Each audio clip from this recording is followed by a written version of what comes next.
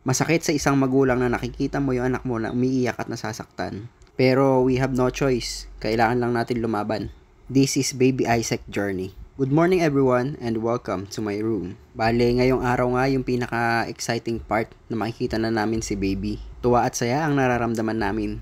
Sa part na ito ay sinimulan na nga asikasuhin si Mrs. dito sa General Hospital sa Malasin. Tapos pinabili na nga sa akin yung mga kakailanganin. Bale, yung mga wala sa pharmacy dito sa hospital, sa labas ko na bibilin. Paglabas mo naman ng hospital, may makikita ka ng mga butika. Pero sabi nila, sa co-op na lang daw ako bumili. Para yung mga gamit na hindi namin magagamit ay pwedeng ipalit. Medyo umaambon nga din pala sa mga oras na ito. Pagkabili ko ng mga gamot ay bumalik na ako sa loob ng ospital. Oras na para idala si Mrs. sa operating room. Makalipas ang ilang oras ay nakita na namin si Baby.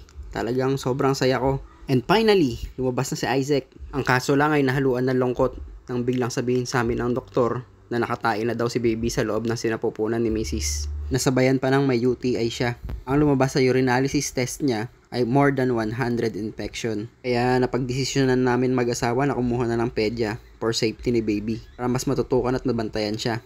Kailangan na nga din siya lagyan ng dextrose para dun ipadaan yung mga gamot. Talagang sobrang nakakalungkot. Siguro, hindi naman ito sobrang grabe. Pero bilang magulang, talagang mag-aalala ka talaga. Kasi sino ba naman magulang ang gusto ng ganitong sitwasyon para sa anak niya? Kung pwede nga lang, nasa atin na lang ilipat yun. Buti na lang talaga ay strong si Baby Isaac. Hanggang lumipas ang ilang araw at muling uulitin yung mga laboratory test niya para malaman kung may improvement na. Wala namang bago dito sa ospital, paulit-ulit lang ang senaryo. Lalabas, bibili ng gamot, aasikasuhin si Baby, matutulog, iidlip. Pero yung idlip ay talagang hindi sapat. May mga time nga na parang lutang ka na. Dami nang iniisip tapos wala ka pang tulog. Minsan pa nga, dis oras ng gabi palalabasin ka para bumili ng gamot. Kaya talagang bilang isang magulang ay talagang isang sakripisyo. Ang nakakatuwa naman ay talagang sobrang maasikaso ang mga nurse dito. Bale, yung ibang test nga pala dito ginagawa sa may Heart of Jesus Hospital. Tapos eto, nagbayad na nga rin pala ako para sa laboratory ni Baby. Tapos eto, lumabas na naman pala ako para bumili ng mga ibang gamot. Oo, grabe. Nakatakot yung paligid pero mas nakakatakot yung mga bills.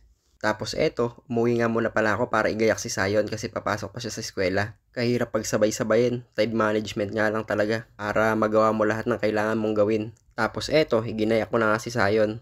Tsaka hinatid ko na rin pala siya sa school niya. Sobrang sipag kasi pumasok ng bata na yan. Siyempre tayo bilang magulang kailangan nating suportahan yung mga anak natin sa mga gusto nila. After ko ihatid si Zion ay diretso na tayo sa ospital. Tapos dala-dala ko na rin pala ibang mga kailangan. At eto na nga yung napakatapang naming Baby Isaac. Kahimbing ng tulog niya. Ngayong araw nga pala ay pang-5 araw namin dito sa ospital. Today is July 9. Ito nga din pala yung first wedding anniversary namin. Dito na kami napag-abutan. Nagpapasalamat nga pala ako una-una sa Diyos. Salamat sa mga taong ginawa niyang instrumento para matulungan kami. Through prayers tsaka financial. Maraming salamat sa inyo. Malaking tulong to para sa amin. Salamat sa mga pamilyang laging nakasuporta, mga kaibigan, mga brothers and sisters ko sa Alpha Pi Omega. And also, sa mga kuya ko sa Eagles. Hindi ko man kayo maisa-isa lahat. Pero maraming salamat sa inyo. Palain nawa kayo ng buong may kapal. Bale, ngayong araw nga pala ay lalabas ng laboratory test ni Baby. At salamat sa Diyos, nag-negative na lahat. Kaya papayagan na kami ni Doc na makauwi. Pero kailangan pa rin tapusin yung gamutan ni Baby. Kaya pinauwi nga pala kaming may heplak si Baby sa paa. Hanggang dito na lang mga guys. Thank you for watching.